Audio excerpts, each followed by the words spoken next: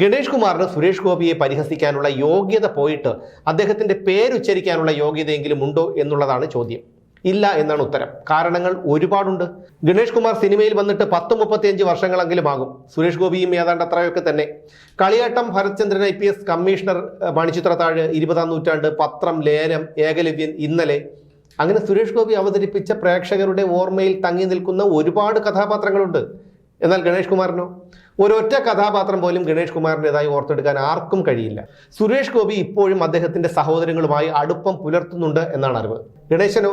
സ്വത്ത് തർക്ക കേസിൽ അദ്ദേഹത്തിനെതിരെ സ്വന്തം സഹോദരി തന്നെ കോടതി കയറിയിരുന്നു. അന്തരിച്ച നടി ശ്രീവിദ്യയുടെ സ്വത്തുമായി ബന്ധപ്പെട്ടും ഗണേഷ് കുമാറിനെതിരെ ആരോപണമുണ്ടായിരുന്നു.